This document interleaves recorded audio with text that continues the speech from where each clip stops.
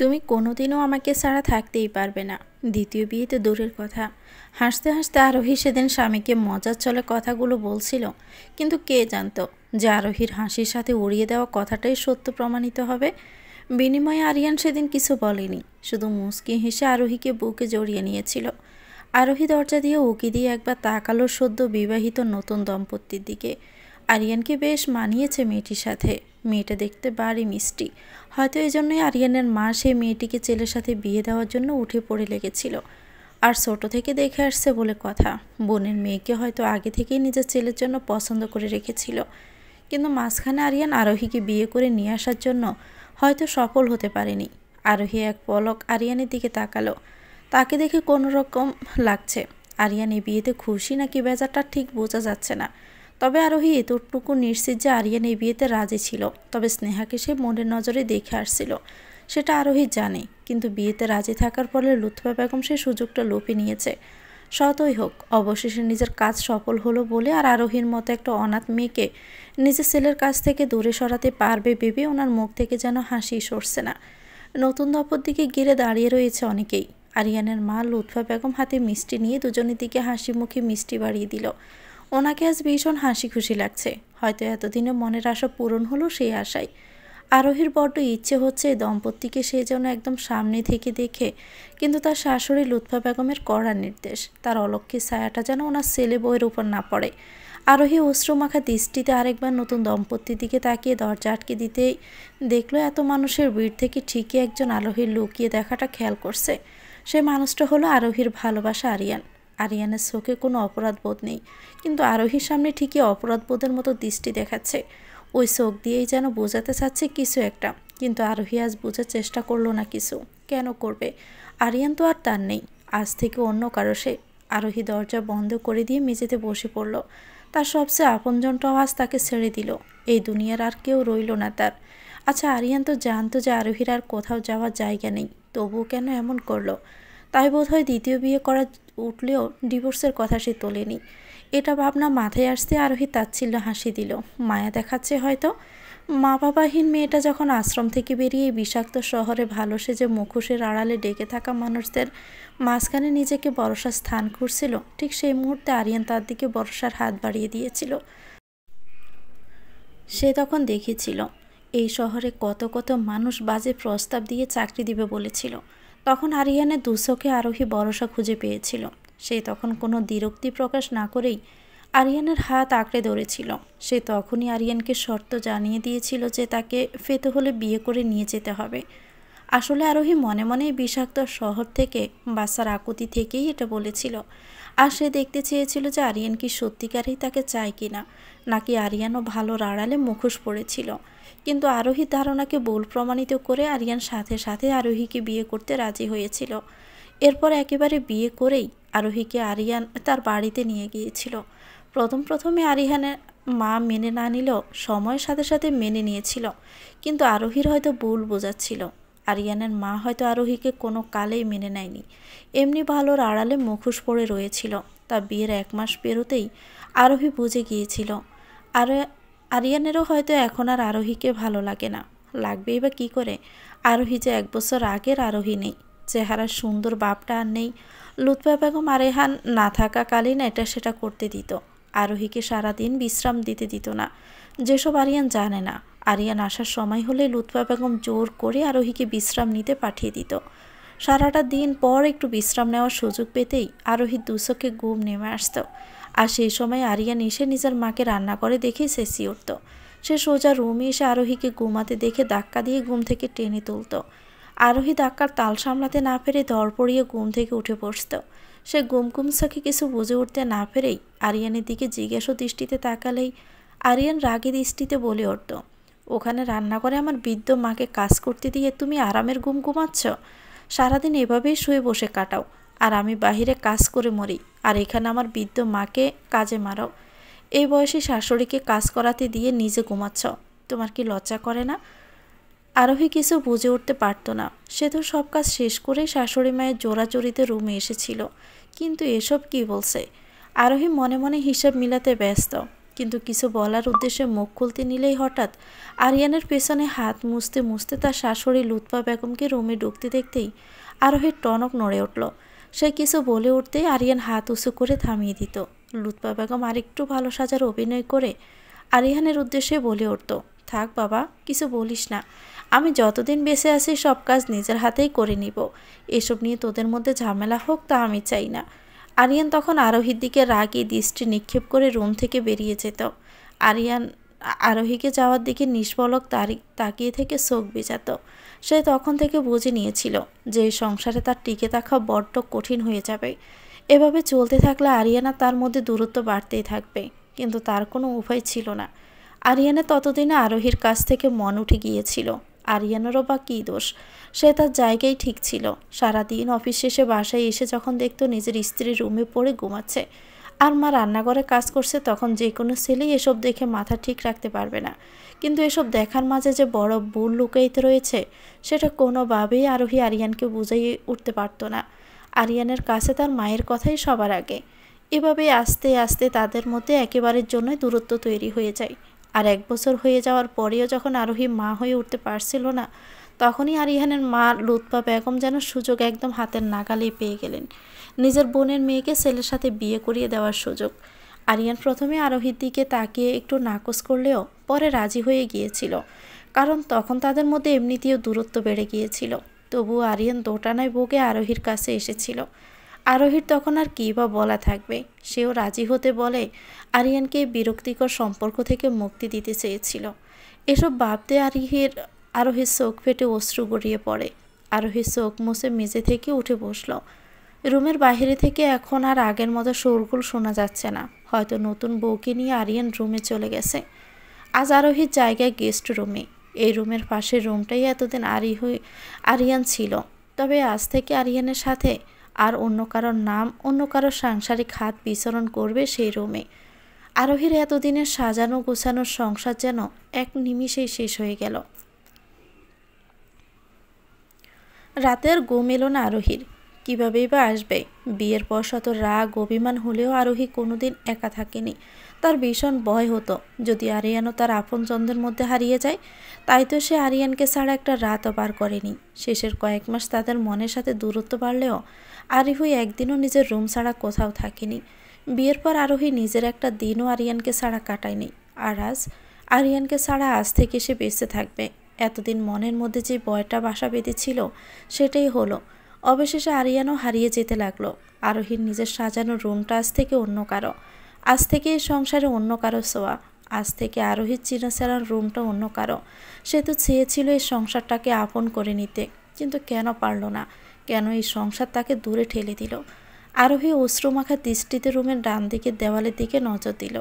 এই দেওয়ালের পাশের রুমটা আরিয়ানের। মাঝখানে একটা দেওয়াল, কিছুই দেখা যাচ্ছে না, কিন্তু আরোহীর মসৃণ দেওয়ালের দিকে তাকিয়ে রইল। কিছু দেখা না গেলেও সে অনুভব করছে, কল্পনা করছে এই দেওয়ালের ওপারে আজ অন্য কোনো নতুন দম্পতির স্বপ্ন বুনবে। আচ্ছা, আরিয়ান কি আরোহীর সাথে বিয়ের প্রথম দিন যেমন সুখের স্বপ্ন বুনেছিল, আজও কি স্নেহার সাথে তেমনি বুনবে? ভাবতেও অশ্রুতে ভরে উঠল আরোহীর মন। আরিয়ানের সাথে আজ অন্য কোনো নারী একই রুমে সে সহ্য করতে পারছে। আরিয়ানের ঘুম ভাঙল ভোরে, তাও মোবাইলের পরপর 2বার কলের বিরক্তিকর শব্দে না চাইতেও ঘুম ভেঙে যাওয়াতে বাকি ঘুমটুকু মুহূর্তের মধ্যে উবে যায়।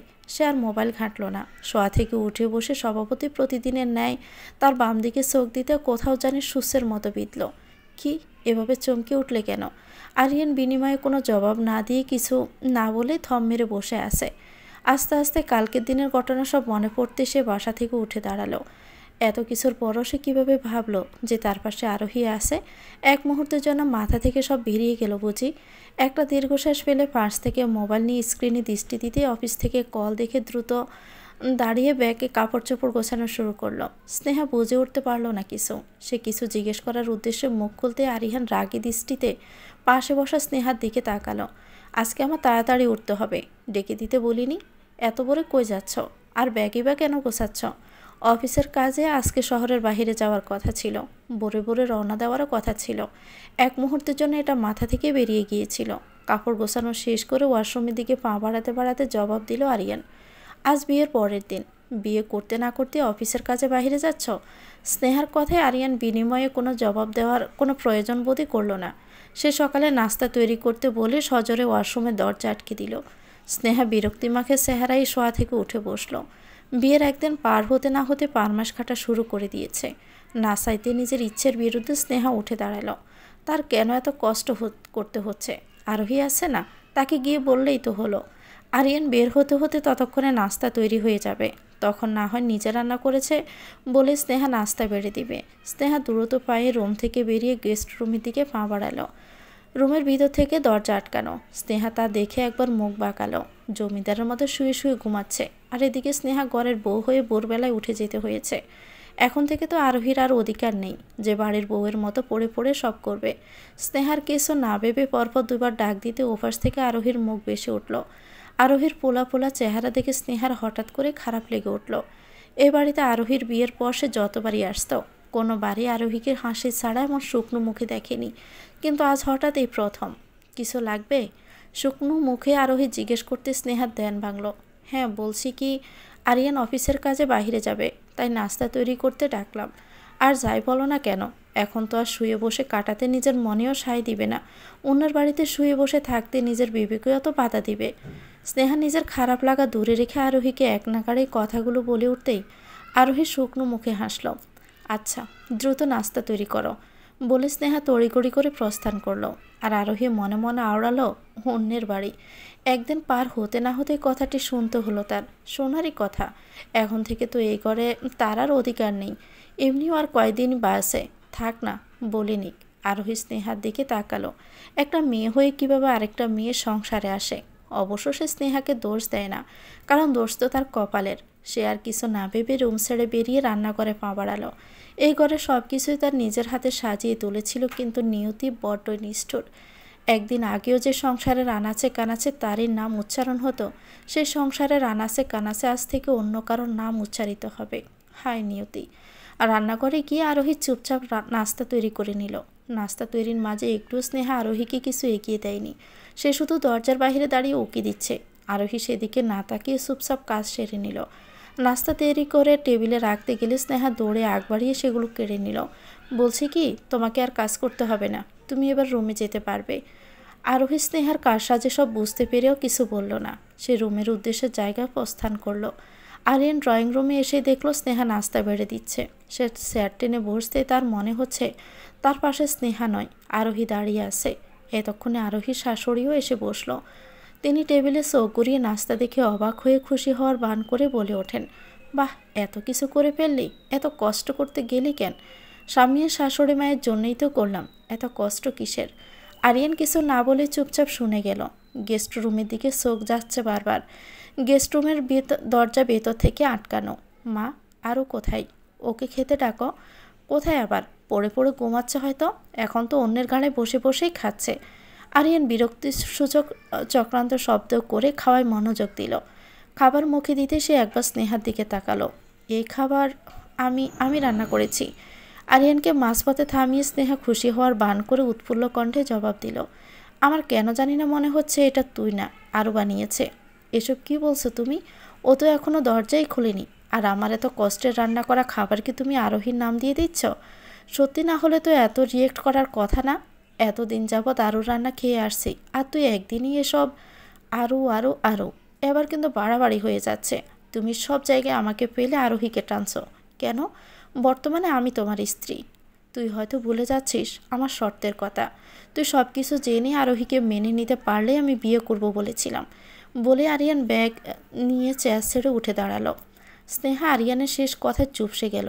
আরিয়ান মায়ের কাছ থেকে বিদায় নিয়ে মেন দরজা দিকে পা বাড়াতে নিতেই আবারও পিছন ফিরে গেস্ট রুমে দরজা দিকে এক পলক তাকালো। বিয়ের পর এরকম অফিসের কাজে আরিয়ান আরোহীকে বলা ছাড়া কোনো বাড়ি যায়নি। সে পিছন ফিরে গেস্ট রুমের দিকে পা বাড়ালো। পরপর কয়েকবার ডাক দিয়েও ভিতর থেকে কোনো সাড়া শব্দ না আসায় আরিয়ান মলিন দৃষ্টিতে বন্ধ দরজার দিকেই তাকিয়ে রইল। তার এবার আরোহীকে বলা ছাড়াই যেতে এরকম খালি খালি লাগছে। কিছু সময় দাঁড়িয়ে থাকার পরও যখন দরজা খোলার কোনো শব্দ পেল না, তখনই আরিয়ান ভাবল হয়তো আরোহী দরজা খুলতে অনিচ্ছুক। তাই তো শুকনো মুখে বেরিয়ে যাওয়ার উদ্দেশ্যে সামনের দিকে পা বাড়ালো। এক পা অগ্রসর হতে পিছন থেকে দরজা খোলার শব্দ হলো। সে দ্রুত ফিরে পিছনে তাকাতে আরোহীর শুকনো মুখ আক্ষি জোগলে বেশি উঠল। আরিয়ান শান্ত দৃষ্টিতে আরোহীর দিকে এক পলক তাকালো। মনে হচ্ছে যেন কত যুগ যুগ ধরে এই মানুষটিকে দেখেনি। সে পূর্ণ দৃষ্টি দিল আরোহীর দিকে। এক রাতে চেহারার এমন হাল কেন মেয়েটার? মাত্র এক রাতে মেয়েটা পাল্টে গেছে মনে হচ্ছে। সে সমবেদনা প্রকাশ করার পূর্বে আরোহী তাড়া দিল। আরিয়ান বুঝতে পারলো আরোহী তার সাথে কথা বলার ইচ্ছে প্রকাশ করছে না। আসলে কাল রাতে তাড়াহুড়োর মধ্যে আর ক্লান্তি ভর করায় ঘুমিয়ে পড়েছিলাম, তাই আর কথা বলা হয়নি। তুমি তো হয়তো রাতে খাওনি, এখন খেয়ে নিও। আরিয়ানের কথা শুনে আরোহী মনে মনে তাচ্ছিল্যে হাসলো। মায়া দেখাচ্ছে হয়তো। এতক্ষণ সে আরিয়ানের দরজা নক করার আওয়াজ শুনছিল, তবুও সে ইচ্ছে করে দরজা খোলেনি। খোলার ইচ্ছে হয়নি, কিন্তু কেন জানি শেষ পর্যন্ত ইচ্ছেটাকে দমিয়ে রাখতে পারেনি। এই মানুষটা হাজার হলেও আরোহীর ভালোবাসা। এই পৃথিবীতে তার একমাত্র আপনজন। এই মানুষটাকে কিভাবে সে অগ্রাহ্য করবে? চেহারাটা শেষবারের মতো দেখার লোভটা আরোহী সামলাতে পারল না। তাই তো সেই ইচ্ছের বিরুদ্ধে গিয়ে সব বলে দরজা খুলেছিল। আরিয়ান আরোহীর চাহনি দেখে বুঝতে পারল আরোহী এসবে কথা বলতে অনিচ্ছুক। তাই সে আর কথা বাড়ালো না। সে এক পলক আরোহীর দিকে তাকিয়ে বলে উঠল, আমি অফিসের কাজে শহরের বাইরে যাচ্ছি, তাই ভাবলাম তোমাকেও বলে যাই, তুমি এই বাড়িতে থাকতে পারো। আরোহী নিচের দিক থেকে দৃষ্টি সরিয়ে আরিয়ানের দিকে তাকালো। আরিয়ানের শেষ কথাটা তার কানে বাজছে, থাকতে পারো। আরোহী বিড়বিড় করে মনের মধ্যে লাইনটা আওড়ালো। তার মানে আরিয়ানও বুঝে গিয়েছে যে এই সংসার এখন আর আরোহীর নেই। এই ঘরে এখন আর আরোহীর অধিকার নেই। আরোহীর কোথাও যাওয়ার জায়গা নেই, তাই হয়তো আরিয়ান কথাটা বলল। আরিয়ান এতদিনও আরোহীকে চিনে নিতে পারল না।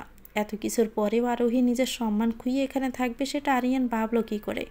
হয়তো আরোহীর যাওয়ার কোনো নির্দিষ্ট খুঁটি নেই বলেই বলল, কিন্তু আরোহী অত নরম নয়। মেয়ে মানে স্বামীর বাড়ি থেকে সব মুখ বুঝে সহ্য করবে তাও নয়। এতদিন ছিল বলে এখনও যে থাকবে তাও না। এতদিন এই বাড়িটা তার নিজের সংসার ছিল, তাই মুখ বুঝে পড়েছিল। এখন সেই অধিকার আর নেই। এখন এই সংসার আর পড়ে থেকে কি হবে? এখানে অন্যের সংসারে বোঝা হয়ে পড়ে থাকার চেয়ে মানুষের বাসায় কাজ করে খাওয়াও ভালো। আরোহী সব ভেবে শুকনো হেসে মাথা তুলে আরিয়ানের দিক থেকে চোখ তুলল। শান্ত নির্জীব তার চাহনি। আরিয়ানের এই চাহনি দৃষ্টি দিতে আরিয়ানের বুক কেঁপে ওঠে। আরিয়ান মনে করলো আরোহী হয়তো জবাব দিতে চাচ্ছে না, তাই সেই লুৎফা বেগমা স্নেহার দিকে তাকিয়ে আসছি বলেই পিছন ফিরে চলে যেতে উদ্যত হতে আরোহীর শান্ত বাক্য কর্ণগোচর হতে আরিয়ানের পা থেমে যায়। দোয়া করি আপনার বাকির পথ সফল হোক, ভালো থাকবেন, বিদায়। পকেটের মুঠোফোনটা বেজে উঠতে নিস্তব্ধ পরিবেশটাতে ঝংকার তুলে মুহূর্তের মধ্যে ভারী করে তুলল। আরিয়ান দ্রুত যাচ্ছি বলে বাসা থেকে বেরিয়ে যায়। আরিয়ানে যাওয়ার দিকে আরোহী এক দৃষ্টিতে তাকিয়ে রইল। যতক্ষণ না আরিয়ান চোখের আড়াল হয় ততক্ষণ তাকিয়ে আছে। আরিয়ানের মানব ছায়া পুরোপুরি চোখের আড়াল হতেই আরোহী তার চাপসা দৃষ্টিতে আরিয়ানের গমন পথ দিয়ে তাকিয়ে বিড়বিড় করে উঠল, আমার সাথে আপনারা দেখা না হোক, আমার সাথে আপনার এটাই হয়তো শেষ দেখা। এই জীবনে আমার ছায়াও যেন আপনার উপর আর না পড়ুক। আরোহী আপন মনে কথাগুলো দুইবার বিড়বিড় করে উচ্চারণ করলো। চোখের অশ্রু মুছে সে দৃষ্টি সরিয়ে নিল। এতক্ষণে খেয়াল করলো দুই নারী মূর্তি অগ্নিরূপ ধারণ করে তারই দিকে চেয়ে আছে। মুখপুরি, আমার পোলাটারে এমনি এতদিন তো খাইয়ে বসাইছিলি, কোনো মতে যারও বিয়ে করাইলাম তুই এমন করে কথা বলছিলি কেন? নিজে তো একটা বংশের বাতি দিতে পারস নাই, যাওয়ার সময়ও পোলাটারে তুই টেরা কথা শোনাইলি। এমনি তো আসোস অন্যের সংসারে পড়ে, লজ্জা শরম কি করে না তোর? আরোহী বিনিময়ে কোনো জবাব দেওয়ার প্রয়োজন বোধ করলো না। সে জানতো যে তার শাশুড়ি এমনই করবে। লুৎফা বেগমের এই কাজগুলো সে বিয়ের পর থেকেই দেখে আসছে। আরিয়ান সারাদিন অফিস শেষে ফিরতেই কৌশলে আরোহীর ব্যাপারে কান পড়া দিত, কিন্তু যদি আরিয়ান বাসায় থাকতো তখন হাজার সে আরোহীর বিরুদ্ধে নিতে পারত না। কিন্তু তিনি আশা ছাড়ত না। এক বছরে আরোহী তার শাশুড়ির এমন কাজে অভ্যস্ত হয়ে গেছে। আগে সব চুপচাপ শুনতো, কিন্তু এখন আর শোনার কোনো মানে হয় না। আরোহী চুপচাপ কোনো বাক্য ব্যয় না করে স্নেহা লুৎফা বেগমের মুখের উপর দরজা আটকে দিল। তা দেখে লুৎফা বেগম তেলে বেগুনে জ্বলে উঠল। আগুনে ঘি ঢালার জন্য স্নেহা বলে উঠল, দেখলে তো খালা, উফস মা, দেখলে কেমন মেয়ে, গুরুজনের মুখের উপর কীভাবে দরজাটা আটকে দিচ্ছে। এমন মেয়েকে তুমি আরও বৌমা বলতে? আমার পোলা আসুক, এর একটা বিহিত আমি করবই। এরপর আর কোনো সাড়া শব্দ পাওয়া গেল না। আরোহী বুঝতে পারল লুৎফা বেগম হয়তো রেগে হনহন করে প্রস্থান করেছে। স্নেহার কোনো সাড়া শব্দ শোনা যায়নি। তার কাজ তো হাসিল হয়ে গেছে। শাশুড়িকে আরোহীর ব্যাপারে কান পড়া দেওয়া, সেটা আজ এক মুহূর্ত না হয় এতটুকু থাক, সেজন্যই বুঝি আর কোনো জবাব দেয়নি। আরোহী একটা দীর্ঘশ্বাস ফেলল। সব কিছু পরেও এই সংসারের মায়া সে ছাড়তে পারছে না। কিভাবে থাকবে এতদিনের মায়া মুছে? কার কাছে বোঝাবে সে তার দুঃখের কথা? এই মুহূর্তে আশ্রমের খালাকে তার ভীষণ মনে পড়ছে। খালাকে মনে পড়ায় আরোহী নিজের প্রতি তাচ্ছিল্য হাসল। মানবজাতি বড় নিষ্ঠুর, সুখে থাকতে কাউকে খোঁজে না। সুখের সময় মানুষ সব সুখ শুধুমাত্র নিজের সাথে ভাগাভাগি করে, নিজে উপভোগ করে। দুঃখের সময়ে সবাইকে মনে পড়ে, দুঃখ পেলে অসময়ে আগলে রাখা মানুষগুলোর কথা মনে পড়ে, অথচ এর আগে তেমন একটা মনেই পড়ে না, যার প্রমাণ আরোহী নিজেই। আশ্রমের খালাটাও তো আরোহীকে ভীষণ মায়া করত, কিন্তু আরিয়ানের সাথে বিয়ে হয়ে যাওয়ার পর থেকে আরোহী ভুলেই বসেছিল, সময়ের ব্যবধানে বলতে বসেছিল। এখনও হয়তো মনে তেমন একটা পড়তো না, যদি না নিস্তব্ধ রাত, চারদিকে শান্ত নির্জীব। কোথাও জানি কিছু সময় পর পর থেমে থেমে শেয়ালের হাঁক ভেসে আসছে। আরোহী রুমে জানালা খুলে গাঢ় আধারের দিকে তাকিয়ে আছে। আজ পূর্ণিমা, চারদিকে চাঁদের কি সুন্দর আলো, একদমই সব স্পষ্ট। দূরের গাছের ডালটা হঠাৎ করে নড়ে উঠল, হয়তো কোনো রাতের পাখি উড়ে নিচের নিড়ে ফিরছে। আরোহী সেদিকে নিবিড় দৃষ্টিতে তাকালো। পাখিটারও হয়তো আরোহীর মতো মন খারাপ, তাই বোধহয় প্রিয়জনের কাছ থেকে এতক্ষণ দূরে ছিল, শেষ পর্যন্ত আর না থাকতে পেরে নেড়ে পেরেছে। আরোহী নিজের ভাবনা দেখেই হাসলো। তার মন খারাপ বলে আরেকটা প্রাণীরও মন খারাপ হবে নাকি? পাখির মন খারাপ হবে কেন? হয়তো সে খাবারের খোঁজে বেরিয়েছিল, অনেক পথ পাড়ি দেওয়ার ফলে রাত হয়ে গিয়েছে। সে একটা দীর্ঘশ্বাস ফেলল, ভোর হওয়ার অপেক্ষায় আছে। ভোর হলে সে বাসা থেকে চিরতরে বেরিয়ে পড়বে। একা একটি মেয়ে মানুষ, তাই এই গভীর রাতে বের হওয়ার সাহস পাচ্ছে না। হাজার হলেও এই শহরে অনেক মুখোশ পরিহিত মানুষের ভিড়ে আরোহী কোনো দিনও নিজেকে সঁপে দিবে না। আরোহী জানালা বন্ধ করে এগিয়ে এলো রুমের দিকে। টেবিলের উপর ডিভোর্সের কাগজটা জল করছে। মনে হচ্ছে যেন সেটা আরোহীর দিকে তাকিয়ে আরোহীকে উপহাস করে হাসছে। আরোহী মেঝেতে বসে কাগজটা হাতে নিয়ে অপলক দৃষ্টিতে তাকিয়ে রইল। একটা সাইনের বিনিময়ে একটা পবিত্র সম্পর্ক গঠন হয়, তেমনি একটা সাইনের মাধ্যমেই একটা সম্পর্ক নিমিষেই শেষ হয়ে যায়। এই ডিভোর্সের কাগজটার ব্যাপারে হয়তো আরিয়ান জানে না। কাল সকালে আরিয়ান বেরিয়ে যাওয়ার কিছুক্ষণ পরেই স্নেহা আর লুৎফা বেগম এই কাজটা আরোহীর দিকে ছুঁড়ে মেরে বলেছিল, যাতে সে খুব দ্রুতই সাইন করে আরিয়ান ফেরার আগেই এ বাড়ি থেকে বিদায় নেয়। লুৎফা বেগম গত 1 মাস ধরে আরিয়ানের বিয়ে নিয়ে মেতে উঠেছিল। তিনি জানতেন আরিয়ান হয়তো কোনো দিনও আরোহীকে ডিভোর্স দিবে না, কারণ আরোহীর যাওয়ার স্থান নেই। কিন্তু লুৎফা বেগম আর স্নেহার এত কিছু দেখার সময় নেই। তারা আরিয়ান আসার আগেই এই বোঝাটাকে বিদায় করতে চায়। বিদায় করতে পারলেই হলো। হয়তো স্নেহা বিয়ের 1 মাস আগে থেকে লুৎফা বেগমকে কানপড়া দিয়েছিল যে আরোহী থাকলে তারা সুখে শান্তিতে সংসার করতে পারবে না। আর আরিয়ান হয়তো আরোহীর অসহায়ত্ব দেখে ভুলেও ডিভোর্স দিতে চাইবে না, তাই দুইজনই লুকিয়ে ডিভোর্স পেপার বানিয়েছে, আর তা সফল হতে যাচ্ছেও। আরোহী আর কিছু না ভেবে খুব দ্রুত সাইন করে দিল। একটা পেপার ওয়াটের সাহায্যে ডিভোর্স পেপারটা টেবিলের উপর চাপা দিয়ে রাখলো, যাতে করে দরজা খুলতেই সবার আগে ডিভোর্স পেপারটাই চোখে পড়ে। আরোহী উঠে দাঁড়ালো। সময় হয়েছে তার হারিয়ে যাওয়ার। সবাই যে যার রুমে শান্তির ঘুম দিচ্ছে, শুধু আরোহীর চোখেই কোনো ঘুম নেই। আরোহী এসে খাটের সাথে হেলান দিয়ে বসে পড়ল, বুড় ফোটার অপেক্ষায়। হাঁটু মুড়ে মাথা গুজে অনেকটা সময় বসেছিল। চারদিক থেকে পাখির কিসির মিসির ডাক ভেসে আসতে সে উঠে পড়ল। আলমারি খুলে নিজের প্রয়োজনীয় জিনিসপত্রগুলো নিল, সাথে আর কিছুই নিল না। কি নিবে? এই সংসারের কিছুই তো আর তার নয়। সব কিছুই তো আরিয়ান বিয়ের পর একটার পর একটা কিনে দিয়েছিল। শুধু পরনের শাড়িটা আর আশ্রমে যতটুকু পড়েছিল উচ্চ মাধ্যমিক পর্যন্ত সার্টিফিকেটগুলো বাদে সে আর কিছুই নিল না। হাতে কিছু টাকা ছিল, সেগুলোই নিল। এগুলো বিয়ের পরপর আরোহী আরিয়ানের কাছ থেকে কিছু কিনে নেওয়ার বাহানা ধরলে তখন আরিয়ান কিছু টাকা গুঁজে দিত, যে আরোহী যেন নিজে কিনে নিয়ে আসে। জিনিস কেনার পর যেগুলো ফেরত পেত সেসবে আর আরিয়ান নিত না। তখন আরোহী বলতো, আরে আমি টাকা দিয়ে কি করব? আমার সব কিছুই তো তুমি নিয়ে আসো বা দেখাশোনা করো, আমার স্বামী আছে না? তখনই আরিহান হাসি মুখে এগিয়ে এসে আরোহীর মুখটা 2 হাতে আবদ্ধ করে বলতো, কেউ একজন জানি একটা কথা বলেছিলেন যে অতি সুন্দরীরা বোকা হয়। আমিও প্রমাণ পেলাম তোমাকে। তখনই আরোহী মুখ ফুলিয়ে রাখত। আর আরিয়ান হেসেই তখন বলতো, প্রত্যেক মেয়েদের উচিত দিন শেষে স্বামীর কাছ থেকে কিছু টাকা নিয়ে অন্তত সবচেয়ে ছোট অ্যামাউন্ট হলেও জমিয়ে রাখা, আর স্বামী না দিলেও নিজে আদায় করা। এগুলোই পরে বিপদের সময় কাজে আসে। স্ত্রী জাতিরাই টাকা বেঁধে রাখতে পারে, কিন্তু তোমার অন্যদের মতো অত বুদ্ধিশুদ্ধি নেই। তুমি টাকা হাতের নাগালে পেয়েও কাজে লাগাতে জানো না। সাধে কি আর বোকা বলি তোমায়? সেদিনে দৃশ্যটা চোখের উপর বাসতেই আরোহী ঝাপসা চোখে হেসে দিল। সেদিন আরিয়ানের কথাগুলো আরোহীর মনে গেঁথে গিয়েছিল। সে সেদিন মুগ্ধ হয়েছিল আরিয়ানের ভাবনা দেখে। এরপরও অবশ্য আরোহীর টাকা খুঁজতে হতো না। দিন শেষে আরিয়ান অফিস করে ফিরতেই কিছু টাকা আরোহীর হাতে গুঁজে দিলে আরোহী বলতো, মাত্র এই টাকা দিয়ে কি করা যাবে? তখন আরিয়ান মুচকি হেসে বলতো, বিপদের সময় দেখো এই টাকাগুলোই জমে বৃহৎ আকার ধারণ করে কিভাবে আমাদের সাহায্য করবে। বিপদ তো আর বলে কই আসে না বলো? আরিয়ানের কথাই ঠিক হলো। এখন এসবই আরোহীর মূল সম্পদ, কিন্তু এই বিপদ শুধুমাত্র আরোহীর একার। আরোহী দরজার দিকে এগিয়ে থেমে গেল। শেষবারের মতো তার নিজ হাতে সাজিয়ে তোলা সংসারটা দেখে নিচ্ছে। তার নিজের রুমটা একটু দেখার ইচ্ছে ছিল, কিন্তু স্নেহা দরজা আটকে দিয়েছে। সে অপলক দৃষ্টিতে রুমের দরজাটার দিকে তাকিয়ে মনের আশা পূর্ণ করে নিল। আরোহী চোখ মুছে নিজেকে শক্ত করলো। এ বাড়ির দিকে সে আর কখনো ফিরিয়ে তাকাবে না। যতই তাকাবে ততই মায়া বাড়বে। মায়া জিনিসটা বড়ই খারাপ। আরোহী আর কিছু না ভেবে সামনের দিকে অগ্রসর হলো। দরজা পেরিয়ে পা অগ্রসর হতে না চাইলেও বিয়ের প্রথম সে আর আরিয়ান ঢোকার মুহূর্তটা মনে পড়ে গেল। সেদিন আরোহী ভয়ে ভয়ে পা ঢুকাতে না চাইলেও আরিয়ান তার ডান হাত পুরো মুঠো নিয়ে আশ্বস্ত করেছিল। কিন্তু 1 বছরের ব্যবধানে সবই শেষ। আরোহী ঝাপসা দৃষ্টিতে বাড়িটির দিকে তাকিয়ে সামনের দিকে পা বাড়ালো। আর দেখবে না এই বাড়ির দিকে। যতবারই দেখবে ততবারই কোনো না কোনো দৃশ্য চোখের সামনে ভেসে উঠবে।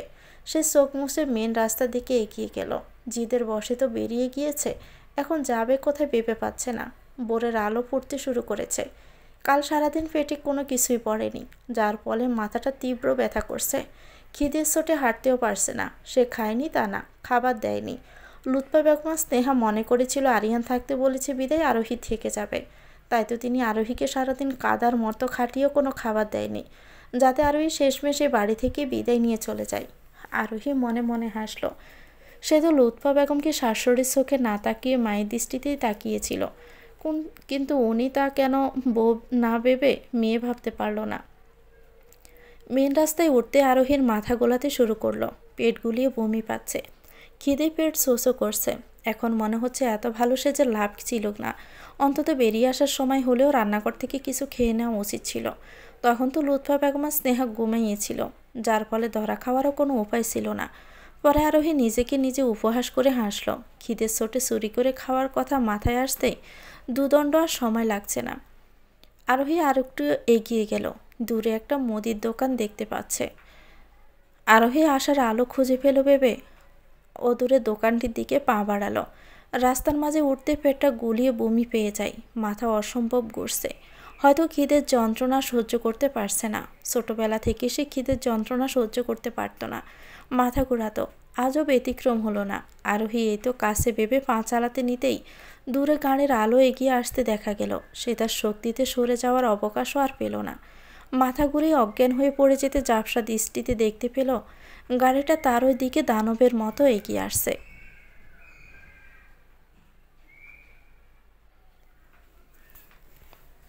আরোহী যখন চোখ খুলল তখন চারদিকে আলো ছড়াছড়ি। ক্ষীণক্ষণ চোখ বন্ধ ছিল বলে হঠাৎ আলো দেখে আরোহী আবারও চোখ কুঁচকে বন্ধ করে ফেলল। তুমি ঠিক আছো মা? কারো গম্ভীর মায়াভরা কণ্ঠস্বর শুনে আরোহী আর চোখ বন্ধ করে থাকতে পারল না। সে দ্রুত চোখ খুলতে একটু দূরত্বে একটা মধ্যবয়স্ক নারীকে তারই দিকে চিন্তিত চোখে তাকিয়ে থাকতে দেখা গেল। জি, কিন্তু আমি এখানে। আরোহীর কথা শুনে মধ্যবয়স্ক নারীটি সামান্য হাসল, আর এতে যেন তার সব সৌন্দর্য পুরো মুখে বিস্তৃত লাভ করেছে। আমরা গ্রামের বাড়ি থেকে ফিরছিলাম। মাঝ রাস্তায় হঠাৎ তুমি এসে পড়েছিলে, আর কোনো মতে ব্রেক কষে তোমাকে নিয়ে হাসপাতালের দিকে রওনা হই। তোমার কোনো ক্ষতি হয়নি, সেজন্য লাখো লাখো শুক্রিয়া। জানো, ভোর থেকে এ পর্যন্ত সময়টা কত চিন্তা ছিলাম। ওনার কপালে চিন্তার রেখা ফুটে উঠল। আরোহী মনোযোগ দিয়ে শুনল। হঠাৎ কিছু একটা মনে পড়তে সে উত্তেজিত হয়ে পড়ল। খালা, আমার হাতে সার্টিফিকেট ছিল, সেগুলো কোথায়? আমেনা আহমেদ আসনে বসা অবস্থায় ক্যাবিনের কর্নারে ইশারা করে বলল, ওই তো আমি রেখেছি ওগুলো, তুমি চিন্তা করো না। আর এতে আরোহী নিশ্চিন্ত হলো। কিন্তু তার টাকা, সেগুলো ছাড়া এখন কিভাবে চলবে? এখন তো কোনো মতে সার্টিফিকেট আসছে, কিন্তু তাও এখানকার সময়ের জন্য অনেক নিম্নমানের। টাকা ছাড়া এই দুনিয়ায় কিচ্ছুই হয় না। আরোহী ভেবেছিল অন্তত বাসা থেকে বেরিয়ে হাতের টাকাগুলো দিয়ে কয়েকদিনের মধ্যে কোনো একটা ব্যবস্থা করে ফেলতে পারবে, আর নিজেও চলতে পারবে। কিন্তু এখন টাকাগুলোও হারালো। তার হঠাৎ করে ভীষণ খারাপ লেগে উঠল। কি করবে সে এখন? এনারা তো আরোহী জ্ঞান ফেরা পর্যন্তই অপেক্ষায় ছিল। ওর জ্ঞান ফিরেছে, হয়তো এখন এনারাও চলে যাবে। আরোহী কোথায় যাবে, কি করবে ভেবে উঠতে পারছে না। হাতের মুঠোয় টাকার সাথে সাথে একটা কাগজের নাম্বার লিখে নিয়েছিল, যেটা আশ্রমের খালার নাম্বার। ওনার নাম্বারটাও হারালো। ভেবেছিল ওনার সাথে দেখা করে কিছু একটার ব্যবস্থা করে ফেলতে পারবে, অন্তত উনি আরোহীকে ফিরিয়ে দিবেন না। কিন্তু এখন সেই পথটাও বন্ধ হয়ে গেছে। তবে সে আশ্রমে গিয়ে খোঁজ নেওয়া যায়, কিন্তু যেতে তো টাকাগুলো লাগবে। সে টাকার কানাকড়িও তো আরোহীর নেই। মা, তুমি কি কিছু নিয়ে চিন্তিত? পাশ থেকে মা সম্বোধনে আরোহীর ধ্যান ভাঙল। এই মানুষটির বারে বারে এমন মায়া পড়ার সম্বোধনে আরোহীর প্রাণটা যেন শীতলতায় ভরে যাচ্ছে। বুঝ হওয়ার পর থেকেই কেউ তাকে কোনো দিন এভাবে বলেনি। স্কুল বা কলেজে অন্য কোনো ছাত্রছাত্রীদের এভাবে তাদের মা বাবা সম্বোধন করত, তখনই আরোহী চুপচাপ সেদিকে তাকিয়ে থাকতো। তারও ইচ্ছে ছিল তাকে কেউ এভাবে ডাকুক, কিন্তু সেই ইচ্ছেটা কোনোদিনও পূর্ণ হয়নি। ভেবেছিল বিয়ের পর শাশুড়ির মন আদায় করে নিয়ে এভাবে ডাক শুনবে, কিন্তু তা তো কোনো দিনও পূর্ণ হওয়ার নয়। মাথায় হাতে সোয়া পেতে আরোহী তাকিয়ে দেখলো মহিলাটি এগিয়ে এসে তার দিকে জিজ্ঞাসু দৃষ্টিতে তাকিয়ে আছে। বললে না তো, তুমি কি কিছু নিয়ে চিন্তিত? আমাকে নিশ্চিন্তে বলতে পারো। না না খালা, কিছু হয়নি। বলতে গিয়েও আরোহী থেমে গেল। সে এখন কিভাবে চলবে সেটাই ভাবার বিষয়। ওনারা তো চলে যাবে তাকে রেখে, কিন্তু আরোহীর আশ্রমে যেতে যে টাকা লাগবে, একটু জিজ্ঞেস করে না হয় দেখাই যাক। খালা, কিছু একটা জিজ্ঞেস করতে গিয়ে আরোহীর কণ্ঠস্বর অস্বস্তিতে পড়ে যায়। যদি ওনারা মনে মনে ভাবে যে কয়েকটা টাকার জন্য এমন করছে, কিন্তু পরবর্তীতে নিজের চলার কথা মাথায় আসতে লজ্জা শরম ত্যাগ করে সে বলেই ফেলল, খালা, আমাকে হাসপাতালে আনার সময় আমার হাতে কোনো টাকা বা কাগজ পেয়েছিলেন? সার্টিফিকেটের সাথে সাথে ছিল। আরোহীর কথা শুনে খালা নিচের দিকে তাকিয়ে কি যেন মনে করার চেষ্টা করলো। আমার তো ঠিক মনে পড়ছে না মা। আমার মাথায় তোমাকে হাসপাতালে আনার ভাবনা মাথায় আসছিল, আর তোমার আঙ্কেলকে বলেছি দ্রুত যেন নিয়ে আসে। সার্টিফিকেটটা সাদা আর কোনো জরুরি ভেবে নিয়েছিলাম। হয়তো রাস্তার টাকা পড়ে গেছে, কিন্তু নেওয়ার কথা মাথায় ছিল না। কোনো জরুরি কিছু ছিল নাকি? ও না খালা, তেমন জরুরি নয়। আরোহীর এমন জবাবে আমেনা আহমেদ হয়তো কিছু বুঝে উঠতে পেরেছেন, কিন্তু উনি মুখে তা প্রকাশ করল না। ঠিক সেই সময় কেবিনের দরজা খুলে এক মধ্যবয়স্ক লোক ঢুকলো। এখন কি তুমি ঠিক আছো? জি আঙ্কেল। আরোহীর জবাব পেতে লোকটি আরোহীর পাশে বসা আমেনা আহমেদকে কিছু একটা ইশারা করতেই আমেনা আহমেদ হাসি মুখে বলে উঠল, আর তোমার পরিবারের নাম্বার দিও, আমি না হয় খবর দিচ্ছি, যাতে ওনারা এসে তোমাকে নিয়ে যায়। এত বড় কেউ বাড়ি থেকে বের হয়? পরের বার থেকে হাজার রাগ থাকলেও এত বড় বের হইও না। আল্লাহ না করুক যদি বড় কোনো বিপদ হয়ে যায়। পরিবারের কথা বলতে আরোহীর চেহারা মুহূর্তের মধ্যে মলিন হয়ে গেল। সেটা আমেনা আহমেদও ধরতে পেরেছেন। তিনি আরোহীর দিকে এগিয়ে এসে পাশে বসে মাথায় হাত বুলিয়ে আশ্বাস দিল। তিনি আরোহীর উদ্দেশ্যে বলে উঠল, আমাকে বলতে পারো মা, নিজের মা মনে করে বলো। এমন মায়াভরা কণ্ঠে আশ্বাস পেয়ে আরোহী আর কিছু লুকিয়ে রাখলো না। সে সব কিছু বলতে ওনারা একে অপরের দিকে তাকালো। খালা, আমার কিছুই লাগবে না। এমনি আপনারা অনেক কিছু করেছেন এই পর্যন্ত, আমাকে আপনাদের মূল্যবান সময় দিয়েছেন। আমাকে একটা ছোটোখাটো চাকরি দিলেই হবে। আমার উচ্চ মাধ্যমিক পর্যন্ত সার্টিফিকেট আছে, আমাকে সেই যোগ্যতা অনুযায়ী একটা চাকরি দিলেই হবে। আরোহীর কথা শুনে আমেনা বেগমের স্বামী এগিয়ে এলেন। উনিও এসে তার মাথায় হাত বুলিয়ে দিলেন। আরোহী কোথাও যেন আপনজনের ছ অনুভব করল। যদি কিছু মনে না করো, একটা কথা বলি, তুমি আমাদের বাসায় থাকতে পারো। তোমার হয়তো প্রশ্ন জাগতে পারে যে এত সহজে এসব কেন করছি। বাসায় গিয়ে সব জানতে পারবে। আরোহী ঝাপসা চোখে দুজনের দিকে কৃতজ্ঞতা ভরা চোখে তাকালো। দাদু, উনি কে? বাসায় ঢুকতে না ঢুকতে একটা 5-6 বছরের বাচ্চা ছেলে এসেই আরোহীর দিকে একবার তাকিয়ে জিজ্ঞেস করলো। আরোহী বুঝতে পারলো এই বাচ্চা হয়তো এই ঘরের নাতি।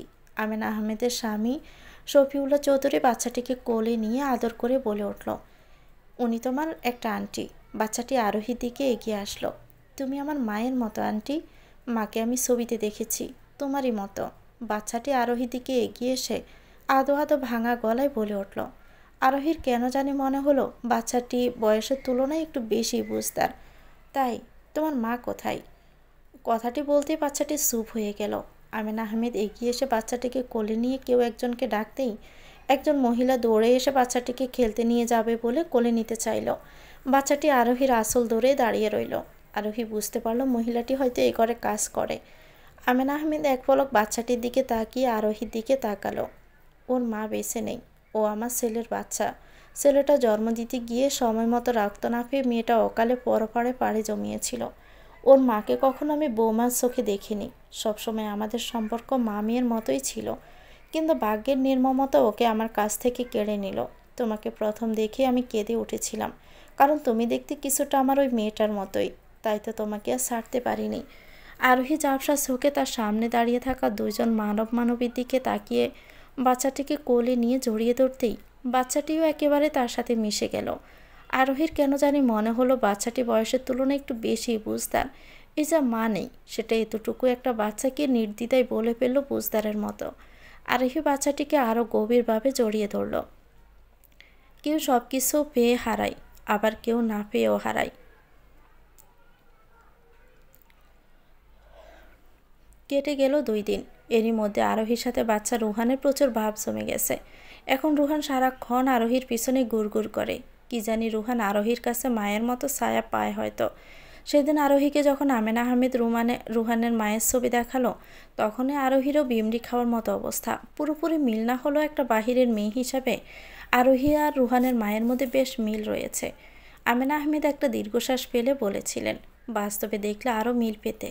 আচরণও একটু একটু মিল। এজন্যে হয়তো ছোট্ট রোহানের মনে আরোহীর প্রতি মায়ের টান অনুভব করেছে। আরোহী আমেনা আহমেদের কাছ থেকে শুনেছে, রুহানের বাবা যতবারই কাজে বাহিরে যায় ততবারই রুহানকে রাখা মুশকিল হয়ে পড়ত। কিন্তু এবার আর মুশকিল হয়নি। প্রথম একদিন কান্না করেছিল, কিন্তু দ্বিতীয় দিন থেকে আরোহীকে পেয়ে তার এখন বাবা কেউ লাগে না। হয়তো তার ছোট মস্তিষ্কে ধারণা জন্মে গেছে যে মায়ের মতো হয়তো আরোহীও হারিয়ে যাবে। এখন তো সে আরোহীকে ছাড়া কিছুই বোঝে না। সারাক্ষণ আরোহীর সাথে গুড়গুড় করে, আর আরোহীর রুহানকে নিয়েই থাকে। রুহানকে কোলে নিলে তার নিজেরও মাতৃত্বের স্বাদের অভাব পূর্ণ হয় মনে হয়। পাশাপাশি আরোহী নিজের একটা চাকরির ব্যবস্থা করতে চেয়েছিল, কিন্তু আমেনা আহমেদের একটাই কথা, উনি আরোহীকে চাকরি করতে দিবে না। তবু অন্যের ঘরে আর কতদিন। এনারা নিজের মতো করে বললেও কোথাও যেন একটা বাধা কাজ করে। অনেক তো করেছেন এনারা, আর কষ্ট দিয়ে কি হবে। তাই আজ আরোহী এক প্রকার জোর করে একটা চাকরির ইন্টারভিউ দিতে যাবে। চাকরি বলতে বেশি বড় নয়, আরোহী নিজের যোগ্যতার অনুসারে স্বল্প বেতনের একটা চাকরি। আরোহীর বিশ্বাস আজকে হয়তো চাকরিটা হয়েই যাবে, আর অন্যের বাড়িতে পড়ে থাকতে হবে না। মাঝে মাঝে রুহানকে এসে দেখে যাবে। অবশ্যই 2 দিনে রুহানের প্রতি অনেক ভালোবাসা জন্মে গেছে। মনে হচ্ছে রুহানের সাথে তার অনেক গভীর সম্পর্ক। প্রথম ওকে ছাড়া থাকতে কষ্ট হবে, কিন্তু মানিয়ে নিতে হবে। চাকরিটা পেলে আশ্রমে গিয়ে খালাকে একেবারে নিজের সাথে নিয়ে আসবে। এই জীবনে খালাও অনেক কষ্ট করেছে। বুঝ হওয়ার পর থেকে খালাকে আরোহী দেখে আসছে। মাঝে মাঝে খালা ভীষণ মনমরা হয়ে যেত। ছোট্ট ছিল বিদায় আরোহী বুঝতে পারতো না, তবুও খালার ওই মলিন চেহারার দিকে তাকিয়ে থাকতো। আর তখনই খালা অদূরে দৃষ্টি নিবদ্ধ করে বলে উঠত, জানিস আরু, আমার না মাঝে মাঝে কিচ্ছু ভালো লাগে না। ইচ্ছে করে এসব কিছু ছেড়ে ছুড়ে অনেক দূরে হারিয়ে যাই, কিন্তু পারি না তোদের জন্য। আর কারো কাছে দায়িত্বটা সঁপে দিতে পারলেই চলে যেতাম। আরোহী ছোট ছিল, তখন কিছুই বুঝতো না, সেটা খালা নিজেই জানতেন। কিন্তু তবুও তিনি বলেই যেতেন, কারণ ওই যে একটা কথা শোনার মানুষ দরকার ছিল। আরোহী খালার এরূপ কথাবার্তা তখনই বুঝে উঠতে না পারলেও কিন্তু বড় হওয়ার সাথে সাথে সব কিছু আয়ত্তে আনতে পেরেছে। কিন্তু যেই খালা যাদের ছেড়ে যেতে পারেনি, যাদের জন্য থেকে গিয়েছিল, তারা কিন্তু ঠিকই খালাকে ছেড়ে গিয়েছিল। যেমন আরোহী নিজেও সুখের সন্ধান পেয়ে খালাকে বলতে বসেছিল, অথচ আরোহীর আশ্রমের 18টা বছর খালা আগলে রেখেছিল। কিভাবে পারল আরোহী সে খালার সাথে এতটা বছর সম্পর্ক না রাখতে? আরোহী একটা দীর্ঘশ্বাস ফেলল। এই চাকরিটা হয়ে যাক, খালার কাজটা অন্য কাউকে বুঝিয়ে দিবে দরকার হলে। এই চাকরির পাশাপাশি খালার কাজটাও সে নিজেই নিবে। এরপর খালাকে আপন করে নিয়ে আসবে নিজের কাছে। তারপর নিজে একটা ছোট্ট ঘর নিয়ে সেখানে খালা সেই মিলেমিশে থাকবে, সুখে থাকবে। ভাবতে তার ঠোঁটে তাচ্ছিল্যের হাসির আভাস দেখা গেল। তার আবার সুখ?